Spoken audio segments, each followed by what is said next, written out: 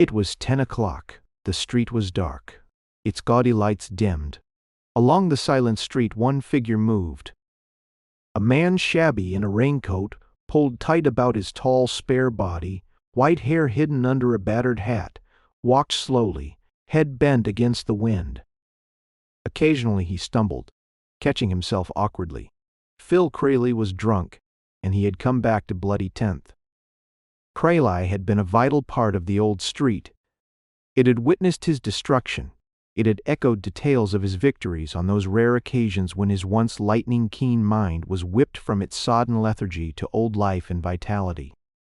When Philip Craleigh, former brilliant lawyer, now derelict, roused long enough to untangle some knotty criminal problem, he raised an uncertain hand, removed his hat, let the damp air fan his hot face. His dull eyes wandered aimlessly.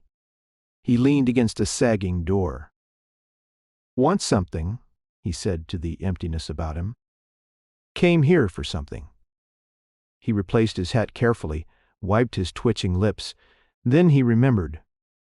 He weaved out and across the sidewalk where a massive grilled door loomed stark and silent, reflecting dimly the glow of the corner light. He stood there before it, swaying, laughing softly. Then he bowed with deep ceremony. "Greetings," he said thickly. "Greetings to Benetti's." He caught his own wavering reflection, leaned nearer, made out the ornate cashier's cage inside. Rows of naked tables, overturned chairs. He shivered, and some of the drunken haze cleared from his mind. He stared round with suddenly haggard eyes. There were memories for Phil Craleigh in the now deserted nightclub. Abruptly he laughed and nodded at the door. "The Has-Been Club," he muttered, and tapped the dusty glass. "Has-been," he repeated, and tapped his own chest. "Two of a kind, worn out, done for." He turned waveringly. Across the street the old Tivoli loomed dark. It, too, was a thing of the past. Bloody 10th had been wiped clean. He meandered towards the corner. Already he had forgotten what brought him here. As he passed the alley's mouth, a sound made him pause, squinting into the dimness. Craleigh was seldom too drunk to miss everything. A frown tugged at his straight black brows. A look of concentration struggled in his hazy eyes. He pressed back into the shadows. Down the alley the rear door to Benetti's deserted nightclub had opened. A man had come out. He stood now fumbling with the lock. Craleigh heard his muttered angry curse, then saw him thump out to the street, turn north and hurry away. Craleigh straightened. It came over him suddenly who the man was, and the recognition brought back to mind his mission in this neighborhood. "Luigi Benetti," he muttered. "I wanna see that bird. Wanna.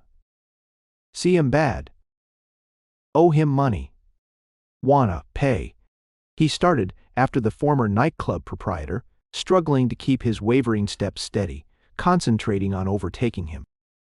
Once he opened his lips to call the man's name, but closed them, guided by that unerring instinct that made him scent the unusual. He was wondering suddenly what had brought Benetti back to Bloody 10th. He slowed as car lights split the gloom, rounding the corner ahead. In their glare he saw Benetti stop, glance around. Then, as the light swerved, the Italian ducked to the shadow of a doorway. Phil had been hiding too. He was wedged between the sagging side of a warehouse and a broken board fence. The purr of the big motor dulled. The car slowed. Phil half expected the black muzzle of a machine gun to poke through the lowered window. Benetti had played politics in the old days, had powerful gang affiliations. Now that he was down and out, smashed by the law, would someone want him rubbed out? Then a head protruded from the car window. Vagrant light gleamed on the smooth silk of a top hat. A white face showed beneath it. A low whistle sounded. Benetti slid out of his hiding place, approached the car. There were no words spoken so far as Phil could hear, but he distinctly saw a fat wad of bills slipped into Benetti's outstretched hand. Then the man in the car leaned forward, said something in a guarded voice. drew back. Benetti stood there holding the money, leaned forward to peer into the car's darkened interior. Phil caught his low throaty growl. "Okay, 12:30. Side door." Then he stuffed the money into his pocket and swung away whistling. The car rolled silently on. South Phil Craleigh stepped out and stared after it. His eyes, suddenly clear and forceful, were swiftly narrowed. In that flash of light he had recognized the man in the car. Gustav Bombs, head of the brokerage firm of Bombs and Schneider.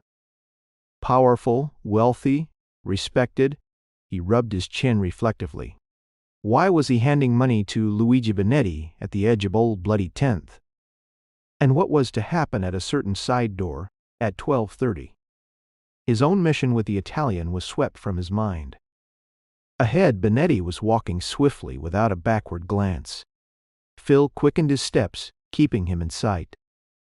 He remembered hearing that Benetti was in a bad way, was serving as a waiter somewhere. He couldn't recall the name of the place. Ahead, Benetti had turned down a dingy side street. Phil hurried after him.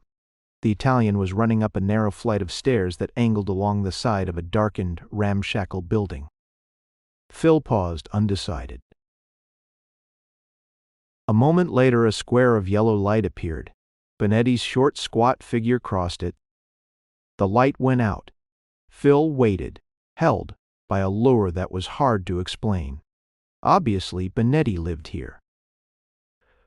A come down, surely, from the sumptuous uptown apartment he had formerly occupied, Benetti came down the stairs whistling. Phil, lingering in the shadows, saw that he was wearing a dark topcoat. That explained his mission to his room. This time Benetti turned over to Lakewood for some 2 blocks before he wheeled abruptly into South Main and disappeared through a side door at the Nottoway Club. Phil paused, breathing unevenly with the exertion of the brisk walk. He recalled now that it was at the Nottoway that Benetti was working. He hesitated, peering through the grilled windows, fingers groping in his pockets. He had some money on him aside from what he intended giving Benetti. Phil Craleigh had made $100 2 days before. Half of it belonged to Benetti, a debt of over a year's standing, one which the Italian had likely given up as lost. But Philip Craleigh never forgot his obligations. He straightened his tie, settled his hat, opened the door, and stepped. In Philip Craleigh was drunk, all right. But Phil Craleigh had been in that unenviable condition most of the time for the last 12 years. It had become a habit with him, one to which his body and mind were in a large degree accustomed when occasion demanded. They reacted normally.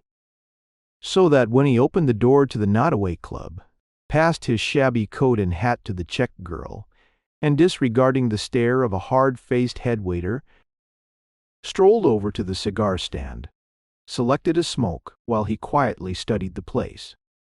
There was nothing in his appearance to attract attention.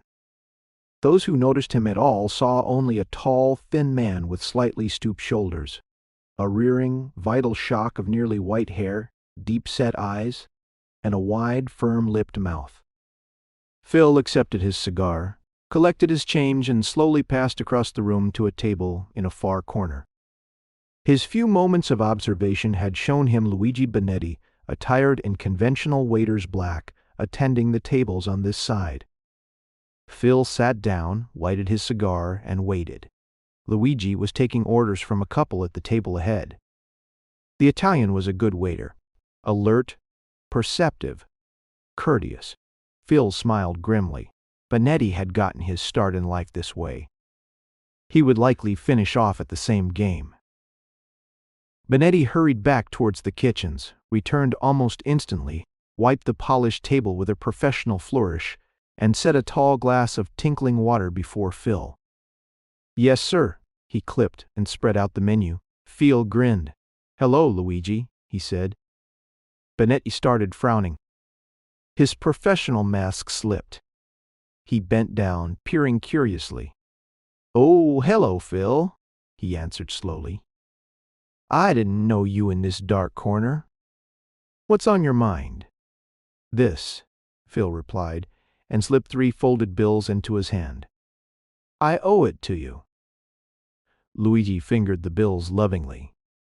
His broad, heavy face broke into a grin. Thanks, Craleigh. That comes in handy. Don't know what we'd do if it wasn't for old friends now and then. What you eatin'? Nothing, Phil replied, pressing a shaking hand to his eyes. Bring me some black coffee, Luigi. A big pot. Steaming hot. Luigi grinned knowingly. Sure thing, Phil, he promised, and hurried away.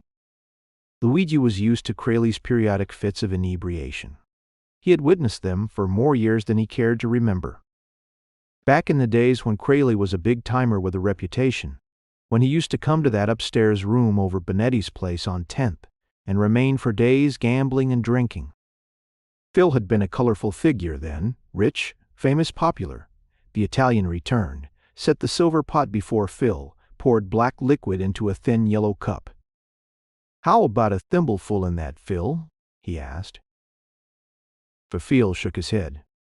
Luigi hadn't seen him for months, and he was surprised at how white and broken he looked.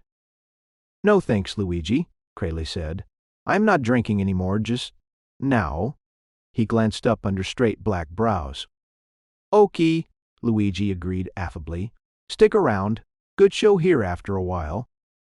He nodded towards a low-curtained stage at the rear of the room. Goldie Sights does her turn first. Some skirt, take my word. Phil agreed to, and Luigi went on his way. Phil drank black coffee and smoked. The room swirled dizzily. The noisy chatter of many voices formed a throbbing monotone behind the pain in his head. For a time he thought he was back in the old Benetti's, taking a bracer before he went upstairs to the games. He shook his head, frowning. Good old days, those. Lots of money, lots of fun. Cards, whiskey, plenty doing all the time. Not lonely then. Not a wanderer. He lifted his head, staring dully at the garish scene. The flushed faces were those of ghosts, unreal. Fragments of a dream. When I walk all alone down the old board walk, there'll be only the moon and me. The throaty, haunting voice forced its way through his consciousness. He realized that the noise of the diners had stilled. They were facing the stage. The lights were lowered. He turned. A girl was swaying to the muted jazz of the orchestra, gesturing with broad white hands. Phil noticed that the fingers were short and thick with bright red nails. She wore a sketchy chiffon thing of green, trimmed with bright spangles. It floated around her like diamond-dotted mist. She had a very white face, orange-red lips, and long black eyes like smears of charcoal. Her hair was a fleecy black cloud. It held odd reddish gleams where the light struck it. There was no expression on her face, but how her body talked. It flowed with her swaying motion, surged with a throbbing vitality, instinct with intense life. Phil frowned thoughtfully. He had seen that girl somewhere. There was a familiarity about her that plagued him, but try as he would, he could not get the connection. He tore his eyes from that mask-like face and watched her body. He thought it a beautiful thing. Evidently the diners did too, though likely their appreciation was less abstract than his. A thunder of applause marked the end of her song. She came back for 2 encores, and during them Phil finished his coffee. When she was followed by an overfed, undressed chorus, he got up, made his way to the door, and went out. He caught a taxi back to his room. It was a bit better than his old faux quarters on 10th. Neater, brighter. He unlocked the door, snapped on the light. A note lay on his desk. He picked it up curiously. He wondered who had located him in his new quarters. Many had come to ask his aid before he slit the envelope.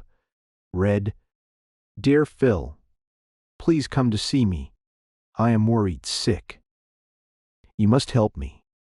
Robert is coming home the 18th. There are only 3 days left. I am counting on you. Madeline Heath." 3799 Lakewood Drive. Phil laid down the note, took off his hat, and ran thin, nervous fingers through his hair. Madeline Heath. Lovely, proud Madeline, and he hadn't seen her in how many years? He had forgotten her. Madeline, in trouble asking his help, he shrugged. Madeline, daring and imperious, would ask any man's help if she needed it. He smiled whimsically, and any man, if he had a right to that name, would give it. Slowly he turned to the small lavatory in the corner and began running hot water for shaving. He reclothed himself from a scanty wardrobe, went out and found a taxi. The taxi stopped before an imposing old stone mansion set in its small plot of ground, surrounded by a high spiked fence. One tall tree, looking for all its dignity, lost amid concrete and stone, loomed to the right, casting flickering shadows over the face of the house. The boulevard ran like a smooth silver ribbon in front. The building to one side was the display rooms for an exclusive European car. An interior decorating firm occupied the one to the left. Phil knew the signs. One of those old aristocratic sections of any city whose life is being slowly squeezed out by the progress of commercial enterprises. So far, Madeline Heath had managed to keep her place intact. He wondered how she did it. Just then the door opened. A burst of laughter and maudlin song rushed out. Phil drew back. It reminded him somehow of the Notaway Club he had recently left. Then a crowd of exhilarated young people of both sexes came down the steps. Cars were drawn up at the curb. They climbed in, drove away, the echoes of their revelry drifting back to the silent man in the shadows. He stared after them curiously as he mounted the steps and rang the bell. He had known this house a great many years ago when Arnold Heath was alive. The contrast pained him oddly. An impeccable butler with a broad flat face and thinning brick-colored hair admitted him, led him up the winding, softly carpeted stairs, and paused before a closed door. At his light tap, a woman's voice told him to come in. He opened the door, said, "Mr. Philip Craleigh," and stepped aside. Phil went in, the door closed behind him. Madeline turned from the far window, letting the silken drapes fall, came towards him, hands outstretched. "Phil," she said softly. "Phil, it's so good of you." He took her hands, held them. They stood there, appraising each other, after more than 15 years. Madeline thought, "My God, how he's changed. I knew he'd gone down, but not this. Not this. I mustn't let him know." She withdrew her hands, motioned to a chair.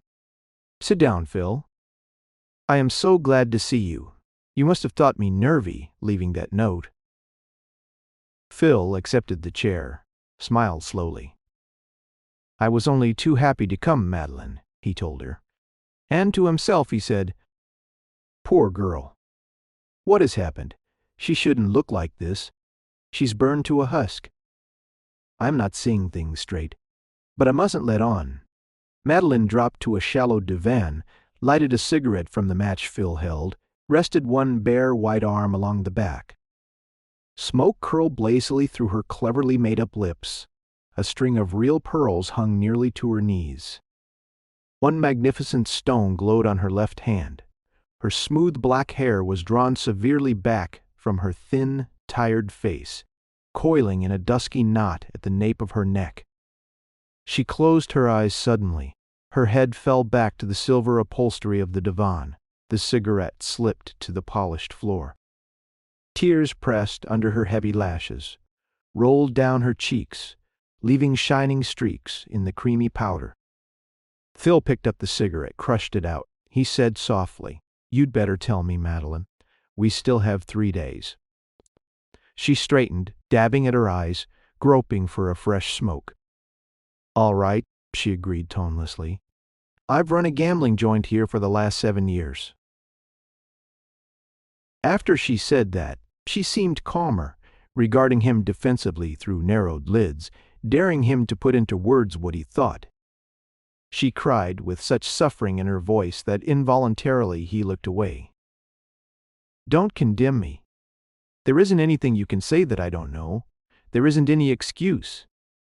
Take it easy, he advised. Let's not get panicky, she exhaled softly. All right. Arnold didn't leave me any money. Now wait a moment. Everyone thought he died. Rich. He died. She leaned closer, fingers writhing at the pearls. Penniless, she whispered, and $30,000 in debt. She leaned back after that, breathing hard. Phil pressed a quick hand across his eyes. His brain was fuddled with liquor. All his intense willpower couldn't drive it entirely away. What was the woman saying? Arnold Heath leaving a $30,000 debt. Surely the woman must be mad. No one knew, Madeline was saying. He used other men's trust money to cover a shortage in the stock market. Just a moment, please. Is it necessary to tell me this? My God, yes. That's why I'm being blackmailed. Oh. Yes. Robert's coming home Thursday. I've done everything. She stood up, throwing her bare arms wide. I promised Arnold before he died, I said. Arnold Heath, I'll pay back the money you owe, every dollar. I'll educate our son at Oxford, as you dreamed of doing. I'll keep your name clean. Phil's deep-set eyes brightened. Good girl, Madeline, he said softly. Good girl. She sat down. His partners made it possible. About returning the money, I mean. They thought a great deal of him. I've paid it all back. I've educated Robert over there. It's all clean now. Arnold's memory. When Robert's boat docks. Thursday. Her tones were low and desperate, and this. The blackmailer threatens to divulge everything unless I pay. Robert has rather old-fashioned ideas about his mother. When he learns I've been running a gambling house, when Bombs tells him, who was it? She lifted him from tired eyes. Gustav Bombs. He knows the whole wretched business. Posed as my friend, and now, she motioned at the room. Phil's glance followed her hand. I hate it, she whispered. See the modernistic furniture, that ghastly black and silver effect that attracts the silly fools. I dress myself to fit in. They can afford to lose, she cried suddenly. They've so much money. And I've kept the games clean. I didn't know any other way. Phil tapped ashes from his cigarette. He needed time to think this out. Have you paid Bombs any money before? He asked. Yes, you know how it is. Women are fools. They lose their heads in a pinch. She smiled without mirth. I could keep sane about doing all this, but the moment Bombs exerts pressure, I go to pieces. Now don't, she pleaded earnestly. Suggest that I tell Robert everything. Beat Bombs at his own game. I can't. I won't. That's all right, Madeline. Hold on tight for a moment. I've got enough to live, decently, once Robert gets home, she cried fiercely. This house has been sold. I am vacating the first. He'll never see it, but I've given Bombs so much. How much is he asking now? Breath caught between her tight lips. 25,000, she whispered. It will ruin me. Phil whistled softly. Bombs must be very sure of himself, or else he was desperately in need of money. He recalled that scene he had witnessed earlier in the evening. Gustav Bombs passing money through the open car window into the outstretched, greedy hand of Luigi Benetti. Monotonously, Benetti's words hummed in his brain. Okie 1230, side door. He stared hard at the oriental rug at his feet, cursing the muddle of his brain.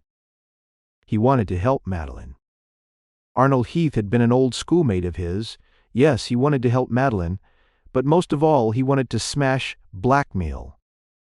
We have 3 days, Madeline whispered.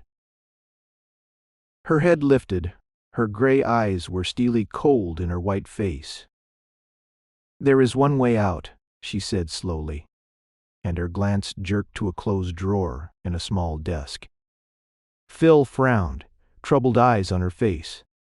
Madeline Heath had sacrificed a lot through the 7 years. Now that her big job was done, now that she might look forward to peace and happiness, an ugly threat had risen. He shook his head, deeply worried. High-strung, emotional women like Madeline, he said gently. That way's no good. In the first place, killing's too decent for him. Then, there is Robert to think of. She nodded miserably. I know I likely wouldn't have the nerve anyway. Phil said, I must have time to think this thing out, Madeline. I am promising you I'll do something. It's helped just to tell someone, hasn't it? Oh yes, yes. She flashed him a grateful glance, pitiful with suppressed hope. I thought you could. Help. You were Arnold's good friend? She choked a sob. You go to bed, Phil instructed her. Try very hard to get some rest. We're going to need our wits, Madeline. She walked with him to the door. Have you anything in mind, Phil? She asked timidly. You know it's got to be before the 18th, he paused, staring reflectively at his fingertips. There is an old saying, Madeline, about fighting fire with fire, you remember. Well, I am not saying anything yet, but trust me. He stopped abruptly. After all, what right did he have to ask anyone to trust him? A drunken bum, a down-and-outer. He smiled crookedly. Can you do that, Madeline? She read the double meaning in his simple question. Her eyes lifted, blurred with quick tears. Phil smiled, pressed her hand. Thank you, my dear, he said simply, and went out, leaving her standing there by the open door of the black and silver drawing room that she hated. Phil walked slowly, head bent, hands deep thrust into his pockets. The streets were quiet with the uneasy rest of a big city. At last he reached the tentative decision. He would get in touch with Luigi Benetti, see what he could learn, if anything, about Gustav Bombs. Try for a line on what connection the former nightclub proprietor had with the eminent, highly respected broker. He kept puzzling over that 12:30 matter about a side door as he hailed a taxi and gave the address of the Nodaway Club. The darkness of the cab was a relief to his tired body and mind. He leaned back, closed his eyes, and tried not to think. It was getting harder all the time, this business of coming back, whipping up tortured nerves, a jaded brain, to the point of efficiency. He reflected wearily that he wouldn't do it for anyone but Madeline Heath. But there were so many Madelines, so many people needing help who in a last extremity turned to Phil Craleigh. Even so, he realized it was his salvation. It was the one thing that kept him from going under completely. The car stopped with a squeal of brakes. Phil sat up suddenly, alert. Muffled profanity floated back from his driver. Just ahead, a brown taxi was crowding the curb. It had evidently stopped suddenly, without proper signal. Phil got out. Eyes on the other car. License number 56789. The unusual sequence struck him oddly. That's all right, buddy, he told his driver. This is close enough. What's the damage? He was just 2 doors down from the Nodaway. The chauffeur, still breathing profanity, gave him his reckoning. Phil handed over a bill, waited for his change. As he swung round, he stopped abruptly, eyes narrowing into the shadows. A short, heavy man had heaved out of the big car and was slipping through a side door into the club. Phil grunted, in frank surprise. The newcomer was Gustav Bombs, the man who had admitted him, Luigi Benetti.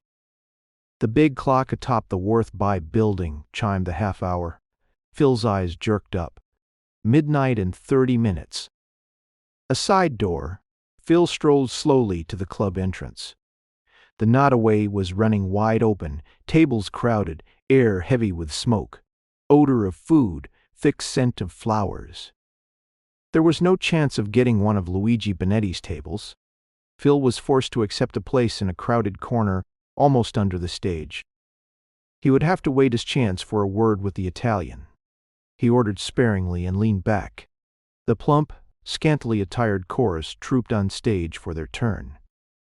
They were not so bad as such acts go, but the audience rather took them for granted. Phil kept his eye peeled for Benetti. He sighted him presently, hurrying across the room, balancing a loaded tray. His heavy, dark face was shining with perspiration. There was a concentrated look in his close-set eyes.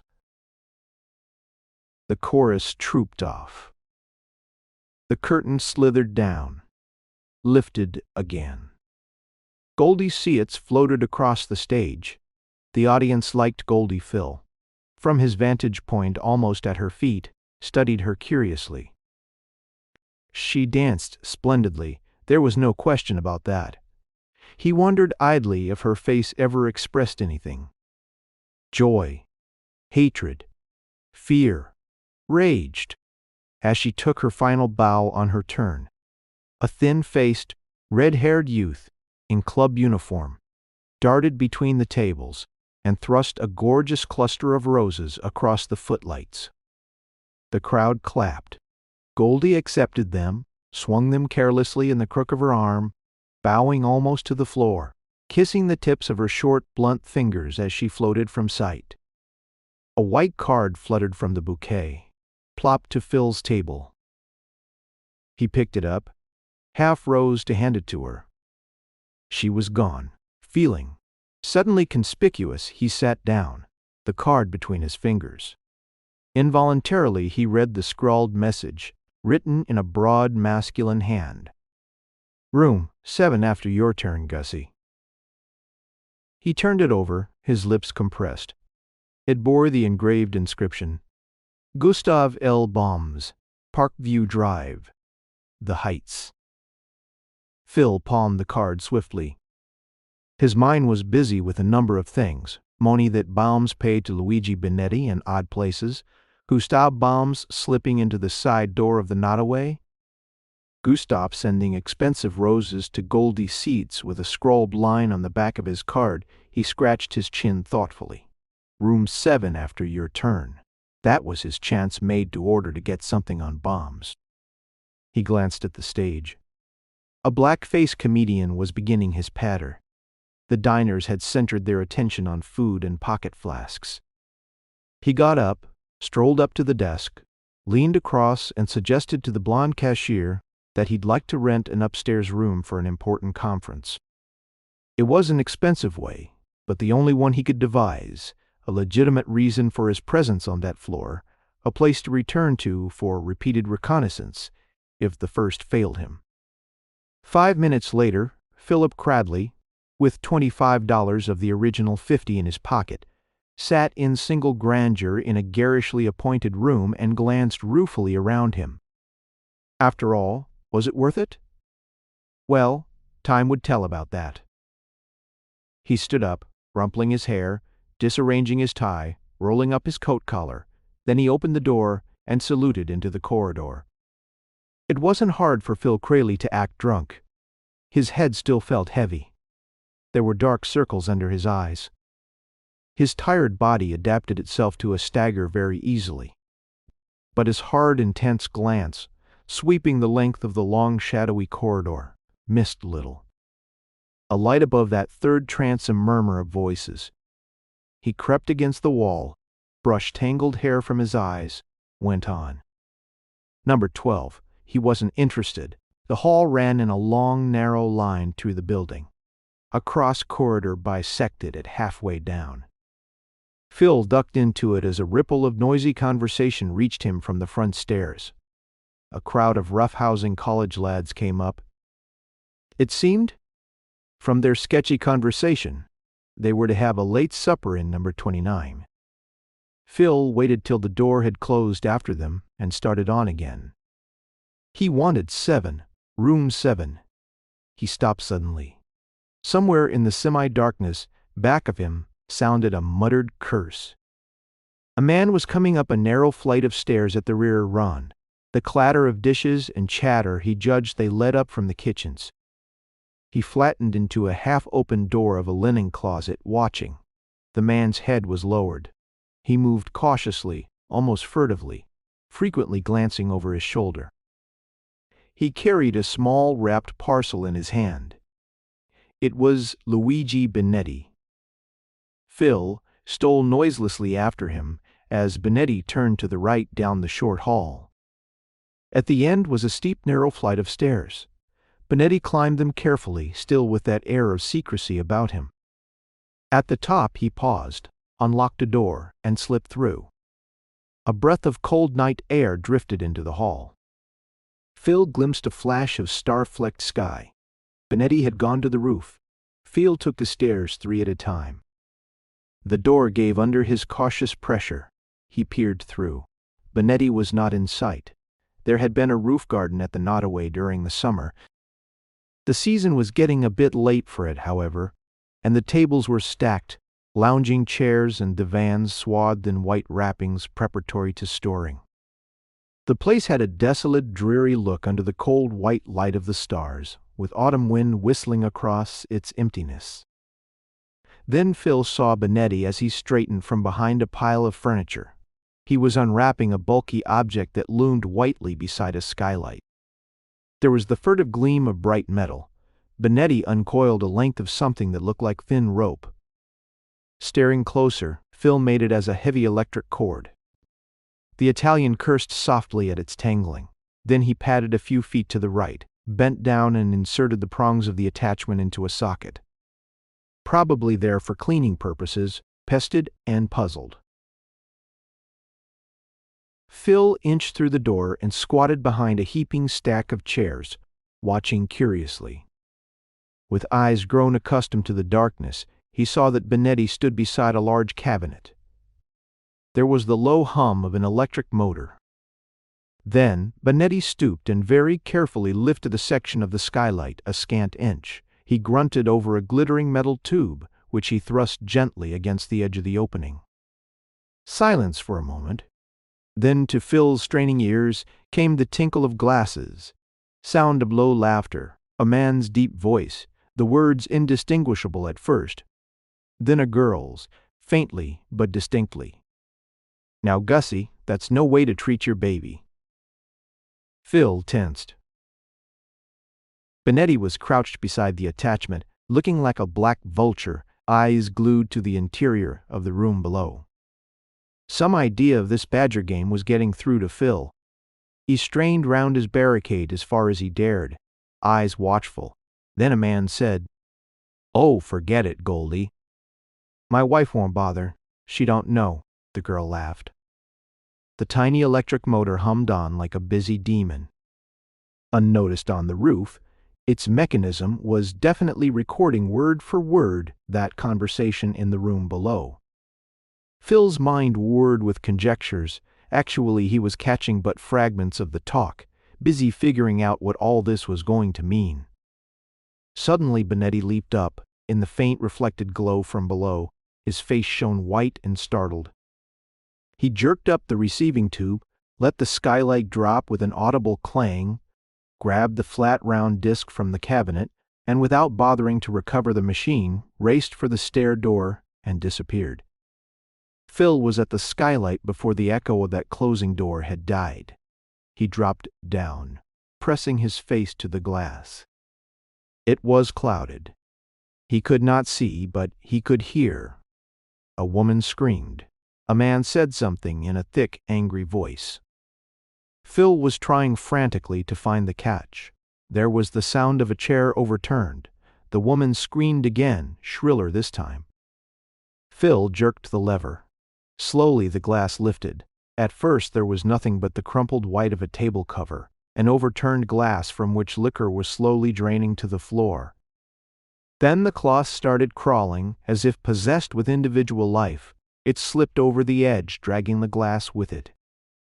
There was a splinter as it struck the floor, and into Phil's line of vision came a hand clutching tightly to the cloth. He stared with wide, startled eyes. The hand was unmistakable, white and square, with short, thick fingers, the nails polished a bright red. The cloth slithered from the table, crumpled softly to the floor. A bowed head slid after it, resting on the bare tabletop, lowered so the soft light shone on the cloudy black hair, holding fleeting flecks of red. Then the head lifted, drooped backward. Phil stared straight into the face of Goldie Seitz, the impassive mass broken and twisted like that of a doll that has been dropped. But he noticed little except the spreading stain of red at her throat spilling over her white shoulder, soaking into the flimsy stuff of her green dancing frock. Then, with a convulsive twitch, she slumped down, lying wide-eyed and motionless on the floor. Goldie Seitz was dead. A rush of fresh air from below roused Phil from the temporary paralysis that held him. A wisp of silken drape floated into his line of vision. The window in the room below had been opened. Someone was taking his out that way. Below, the hall door to the room burst open. A man rushed in. He carried an empty tray in his hand, a napkin draped over his left arm. A waiter, possibly attracted by Goldie's cry. He took in the scene in one swift glance, dropped his tray and disappeared. Phil lowered the skylight and raced for the roof's edge. He flattened himself, staring down into the darkness of the alley. He couldn't see anything, but as he listened, there came the dull pound of running feet, dying swiftly to silence. He got up, brushing at his knees. His face was set and white. He had come for evidence against Gustav Balms, and he had found it with a vengeance. In a clear flash, the plot engineered by Luigi Benetti and Goldie Seitz unfolded for him. He suddenly placed that haunting sense of familiarity about the girl. She had been a hostess at Benetti's place 2 years ago. She and the Italian had figured out a clever scheme to shake down the broker, little dreaming that he was engaged in a similar line of business. They had lured Balms to room 7, knowing it was just below the skylight and within easy distance of the phonograph, with its recording device prepared for storage, but still perfectly usable when connected. Phil guessed that on the little disc which Benetti had carried away so carefully lay evidence enough to ruin Gustav Balms. He had no pity for the broker in light of what he had tried on Madeline Heath, but he suddenly realized what the possession of that record would mean in his own scheme of things. If he had it, he could silence Balms forever where Madeline was concerned. He jerked out of his reverie, ran for the door to the stairs. It was locked. Then he thought of the fire escape and pounded to the roof's edge. He stared down, teeth set. It was a sheer drop to the bricks of the alley. His eyes jerked left. The blank brick wall of an adjoining building faced him there, flush with the roof garden. The rusty ladder of the fire escape zigzagged down from the roof of that taller building. Its closest point was a window 2 tiers to the left. From there it dodged back, covering room 7 whose window still showed open. Silken drapes now billowing outward into the night air. Phil's eyes traced along the stone coping. Dropping over to arm's length, could he work along above that nearest platform and drop to safety? It was a desperate chance. He measured the distance carefully, definitely shut his mind to thought of space, and slipped over. He hung there a moment, teeth set, fingers aching, then began groping along. After the first few feet, every move was agony. Sweat stood in beads on his forehead, his arms ached cruelly, tearing at the sockets. There was a time when Philip Craleigh could have laughed at the feat. His teeth set in his lower lip, his eyes were closed. Old Phil wasn't the man he had been. He realized that he could not lift himself up again. He muttered between set teeth, "What the hell does it matter? Only I am sorry for Madeline." Then he stared down. One more move and the platform would be below him. With a final effort, he shifted grips, dropped.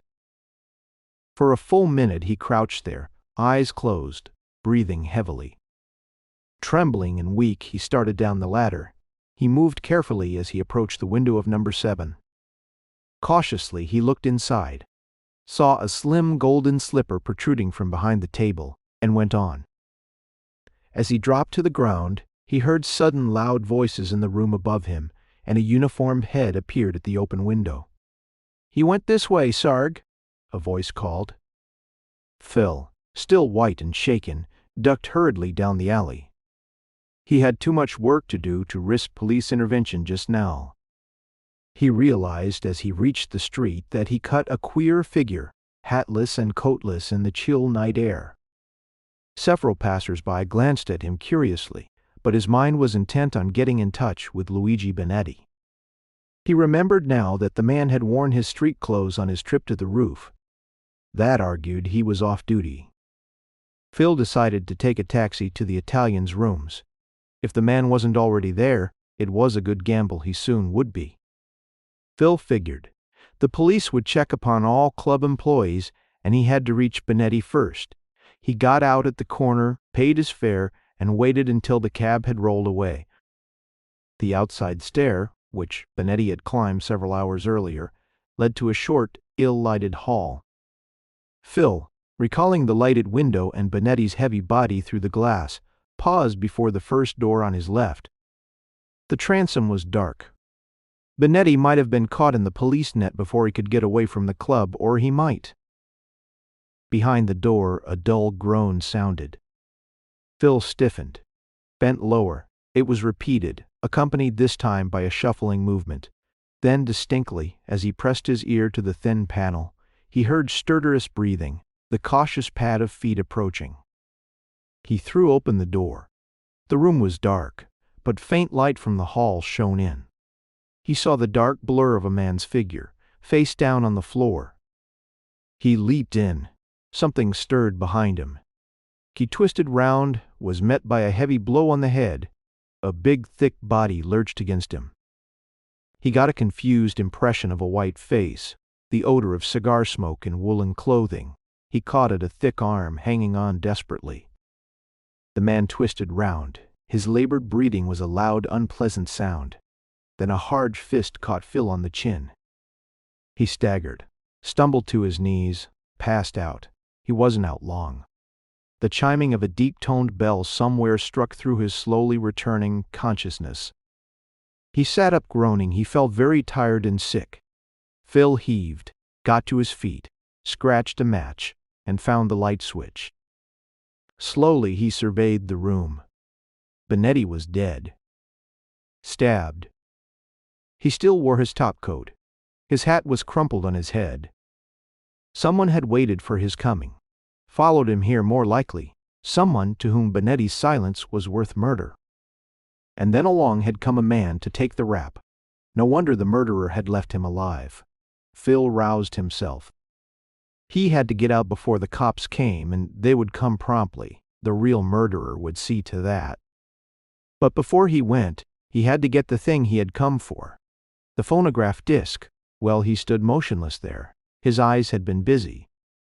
Moments were precious, but he could not leave without it if it was still there. His eyes fell on a worn daybed that fitted close to the floor. He stooped, and with his eye close to the floor, lighted a match to look under. In a moment, he stood up, snapped off the light, and went out and downstairs, the record tucked under his arm.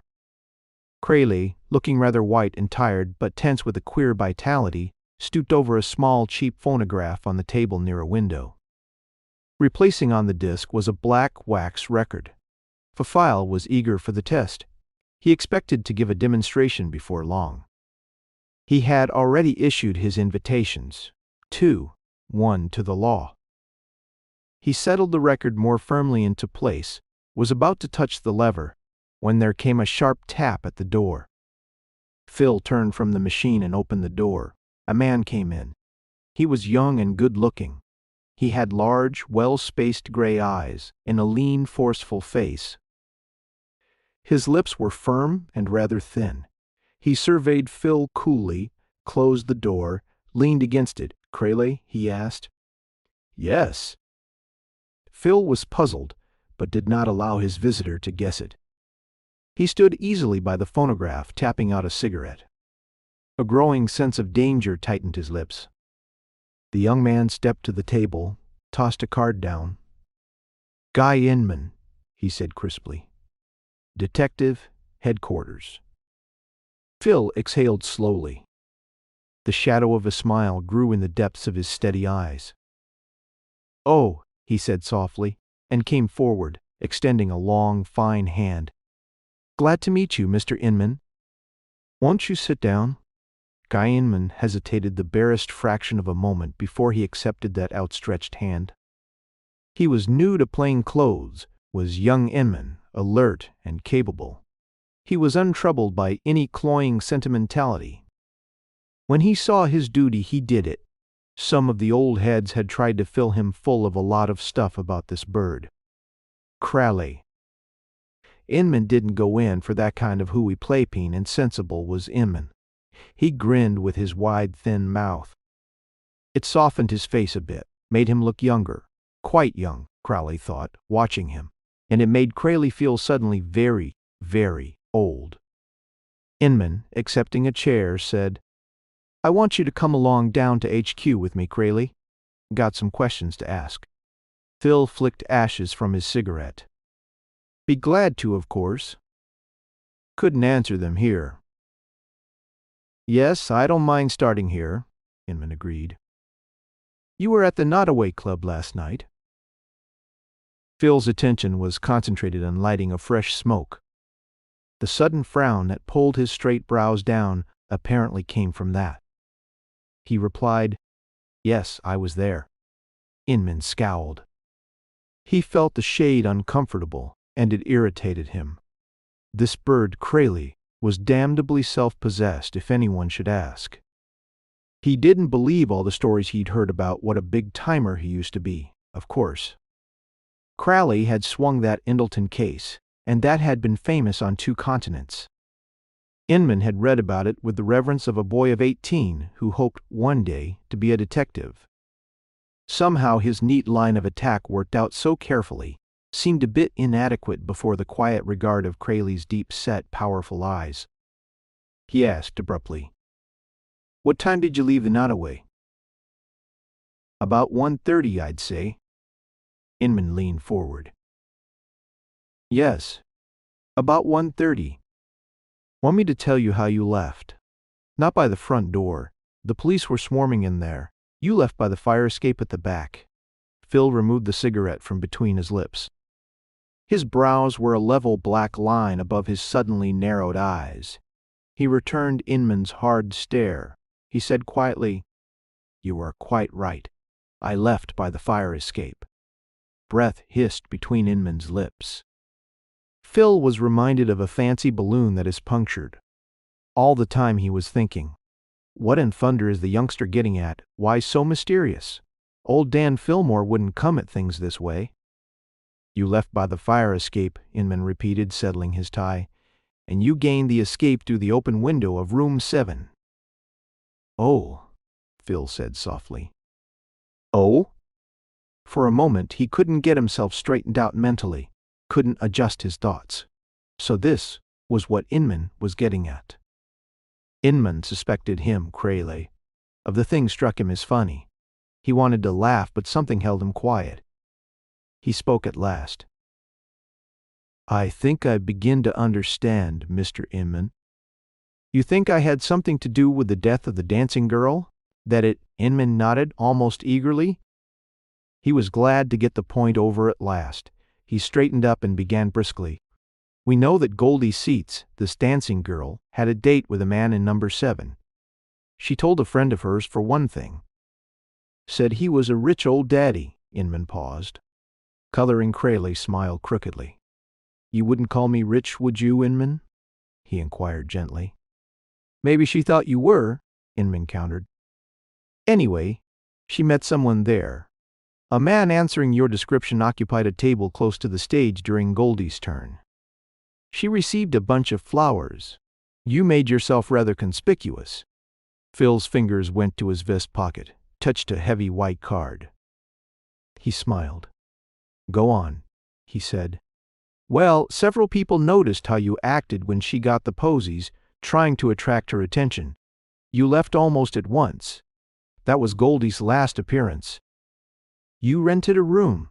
Why, if I had a date with Goldie in 7, camouflage," Inman stated definitely, "even you," his eyes went disdainfully over the shabby little room, "might not like to advertise your meeting with her."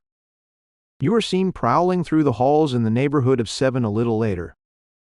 You were drunk." Craleigh grinned mirthlessly. He had carried his acting a bit too far. "All right," he said suddenly, impatient to get this over. "What else?" Inman grew impressive. "You did not return to the room you rented once you left it, 5 minutes after entering it. You completely disappeared from the club, leaving your hat and coat at the checkstand, and," he nodded slowly, "we found your fingerprints on the fire escape ladder." "Oh, you did?" Then Phil laughed heartily. "Frankly, not so bad for a kid," he said, merry eyes on Inman's angry, flushed face. "That's your case, is it, youngster? All right, now you listen to me." "No," Inman said fiercely. "That's not all my case, you. It's enough to start on. Keep quiet and let me talk. If you are going to be a detective, young man, you must learn not to present all your facts to your suspect. It gives him too good a chance to refute them. I did make myself a bit conspicuous when Goldie got her flowers." "Why?" "Because the card contained in those flowers tumbled to my table, and I tried to return it. Simple, eh? I didn't get a chance, so I still have it. And if you were looking for promotion by solving a nasty case and making a big collar, you'd better put in a bid for it. I rented a room at the Nottoway. Why, just to give me a chance to prowl around upstairs on the trail of the man who had sent those flowers. Who was he? How much would you give to know? 4 people knew he came to that club. Goldie Seitz, Luigi Benetti. Yes, I know he was bumped too. Phil Craleigh and a taxi driver." Phil flipped open a copy of the morning paper, slapped it down in front of Inman. His finger indicated a small paragraph. "Taxi driver killed in mysterious accident on West Side Viaduct in early morning hours. Bob Pearson, driver of cab number 56000, 789, Brown Taxi Company. There is the only other person besides myself, after Goldie and Benetti were rubbed, who knew this man went to the Nottoway." "Have you investigated that accident?" "Well, you talk to the Brown Taxi Company as I did this morning, and you'll find out that it's the first accident this chap has had in 11 years of driving. They aren't saying anything, but they think it's queer. Damned queer. They are getting ready to do some probing into the exact nature of that turnover."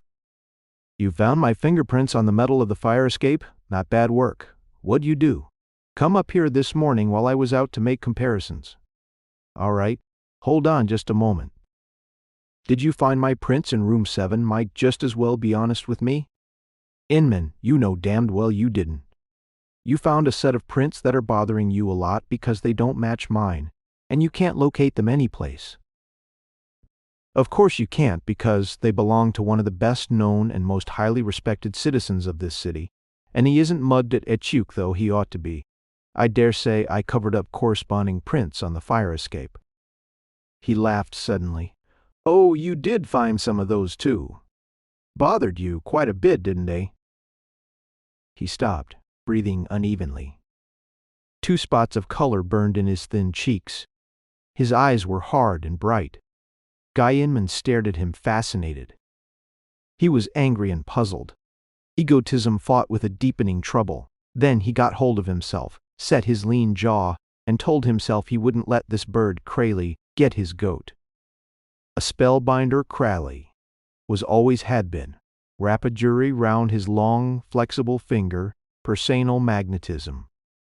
Plenty of brains, but he couldn't get his goat. He still had another card up his sleeve. He grinned with a flash of white teeth. "We'll look into the business of the taxi driver's death," he promised. "In the meantime, you say you know Luigi Benetti was stabbed. We've worked out the connection between him and Goldie Seitz. There isn't much doubt but what they were in on some kind of a deal to string the wealthy old daddy Goldie was entertaining. They've done it before. The motive for both killings is fairly plain. The girl was probably stabbed when she started putting on the screws. Luigi was bumped because he had too much dope," Phil finished. You are right, because, as Goldie's killer thought, Luigi was the only other person besides the taxi driver who knew of that rendezvous. Also because he stopped, head jerking towards the door. Steps sounded in the hall. Uncertain, furtive, Phil said in a fierce whisper, "Get in the bedroom, goon. Don't be a damned fool. You are muffing a chance at something big. Go! Go!" His compelling gaze clashed with Inman's, held, conquered. The young man rose angrily. "If you try any funny stuff, Craleigh, shut up, get out, keep the door open a crack. Listen, use your head." Inman went. Craleigh turned to the window a moment. He was shaking violently. Sweat gleamed on his face. Then he called quietly, "Come in, Mr. Bombs." The door opened. Gustav Bombs came in. He wore a long, dark overcoat, a low-pulled dark hat. His fleshy face was a dull, unhealthy white. Blue pouches hung under his bloodshot eyes. He had thick, petulant lips, a fat, flabby chin. He brought the suggestion of bluster with him. Something quarrelsome and empty, like the meaningless rattle of a March wind, promising much and doing nothing. He regarded the man by the window from furtive, angry eyes. "You, Craleigh," he demanded. Phil bowed. "Well, I don't like this business of coming here." "I told Mrs. Heath."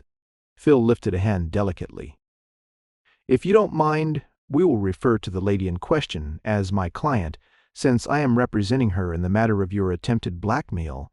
A more definite name is unnecessary." Bombs growled low in his throat. His eyes darted feverishly around the room. He sank uneasily into a chair as if he had suddenly lost the power to stand upright. Craleigh, humming softly to himself, set out a decanter and glasses, opened a box of cigars, supplied matches. Bombs watched him suspiciously. "Well, let's get it over," he began, when Craleigh broke in, as if he had not heard. "Did you ever think, Mr. Bombs, what a mighty thing the press is? Consider one edition of a city paper. What catastrophes it reports, what joy it sometimes heralds, births, marriages, deaths, the launching of momentous explorations, the findings of science, the ruin of fortunes." "What you getting at?" Bombs demanded. "Let's get this over." "Oh, certainly, certainly. Won't you have a drink? I can guarantee the liquor, and you look as though you needed it." Bombs leaned across the table, breath puffing out his loose, fleshy cheeks. "What do you mean over the phone about a record?" he demanded thickly. "What you getting at?" Craleigh stopped to stare at him thoughtfully. "Let that pass for a moment," he suggested. Returning to the daily press. Take the death of that taxi driver. Now just a dozen brief lines. Yet what sorrow it has brought into one home. The chap had a wife and 3 children. And who would have thought that merely because he picked up a fare at 4:15 this morning, he'd be lying in the morgue? Bombs mopped his wet face. "What the hell do I care about a taxi driver?" he cried suddenly. "Oh, I am sure you don't, only it happened that a white wing, early on the job, noticed the transaction that resulted in the driver's death. At the corner of Farewell and Lombard, it was where Bob Pearson had been called, you know. The call stated definitely that Pearson should come. Well, the early rising white wing happened to be lounging in a doorway out of the cold wind and noticed Pearson's fare quite well. Able to give a good description of him, in fact," Craleigh chuckled. "Odd. How those things happen. Why, the description he gave might fit you, Mr. Bombs." Bombs' face was purple. He said slowly, "What's your game, Craleigh, trying to fix things so, Madeline?" Craleigh shook his head. "No names, please. Naturally, I'm looking after my client's interests, and in so doing, I've inadvertently stumbled onto a number of things. Forgetting the taxi driver for a moment. Did you read of that tragedy at the Nottoway Club last night?" "Of course you did. I suppose it's furnishing vicarious thrills in most of the homes in this city." "Well, it is odd, but that same taxi driver delivered a fare at the side door of the Nottoway. Cralegh's hand flashed to his pocket, came out holding an automatic. "Steady bombs," he snapped. "All the surface lightness gone. Hold! Steady!" He leaned across the table, gun level with the broker's heart. "You started out to ruin a brave woman," he said very low. "One who had played the game according to her lights. You drove her a bit too far and she asked aid. Fortunately, I was able to give it." He reached behind him, snapped the lever of the phonograph. The dull whirring of the mechanism filled the suddenly silent room. Then a woman's voice came clearly. "Now, Gussie dear, that's no way to treat your baby." Then Baum's own voice said thickly, "Oh, forget it, Goldie. My wife won't bother, she don't know." Baum's was on his feet, teeth chattering. "How much you want?" he stammered. "What's your price, Craleigh? Sit down." Craleigh rapped. "I started to queer your blackmail game. There is murder on the cards now. I've been accused of it." The girl's voice changed subtly on the whirring record. "Benetti and I have got it all down. We've taken a record of this conversation. You'll come across with 20 grand. The needle ran noiselessly a brief moment. Then the girl's voice said, "Drop that knife. You can't." It ended abruptly. "That's where you stabbed her, Bombs," Craleigh said softly. "Right there, when you went out of your head at what she had done." "Grabbed a knife from the table?" No, Bombs chattered. "No, she tried to shoot me. It was her life or mine." "Then you went down by the fire escape." "I was on the roof." "It's a fake!" Bombs choked, tearing at his throat. "A damned fake. You are trying to blackmail me," Craleigh laughed. "No. I leave that for, men like you. You raced for Benetti's room, waited for him, got him too, and I interrupted you before you could find the record. And I recognized you, Bombs, before you knocked me out. Your mistake there was in not killing me also instead of leaving me to take the tap."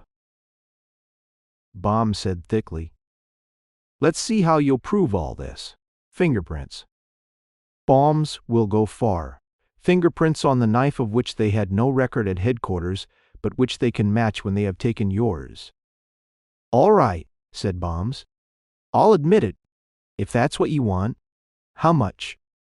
"In just one payment, with no comeback." The door to the bedroom opened. Detective Guy Inman stepped out. His gray eyes were gleaming. "Thanks, Craleigh," he said crisply. "I made a mistake, all right." "And is this going to be a big collar? Come along, mister. I can take care of you from now on." It was close to 10:30 that night when Craleigh said over the phone to Madeline Heath, "Sorry, Madeline, I can't come over tonight. I wanted you to know that there was no more need for worry. God knows I didn't think he'd—" She choked a sob. "Oh, Phil. Was it my fault? Baum's suicide? Was it because He interrupted her sharply. "Get that notion out of your head. Baum's was rotten. His business has been on the verge of collapse for months. It's cracked clean now. Papers full of it. That's why he tried his blackmail stunt on you. The other affair at the Nodaway that came from Baum's own." I know, she faltered. "Only, it's all very terrible." Craleigh nodded silently at the receiver. "Robert's arriving in the morning, isn't he?" he asked, and smiled at the happiness in her voice. Later, he drew the curtains over the windows, lighted a fire in the small corner fireplace, drew up a chair, and sat down. It was all over. Craleigh had won another case. Young Guy Inman had returned to make his apologies. Rather handsomely, too, Craleigh recalled. Inman wanted to know if Craleigh minded. If he dropped in now and then to talk over some case that happened to be bothering him. Inman had learned later that Craleigh had phoned to Achuk, asking that his old friend Dan Fillmore call at his rooms. Fillmore had been held up on a country trip by a burned connecting rod. The desk sergeant hadn't connected the address Phil gave with that of the man suspected of the Nodaway killing. Inman hadn't known anything about Phil's call. All in all, Inman admitted he had made rather a mess of the affair at the Nottoway. Phil drew a shaking hand over his eyes and sighed. End of Red Rendezvous by Earl and Marion Scott.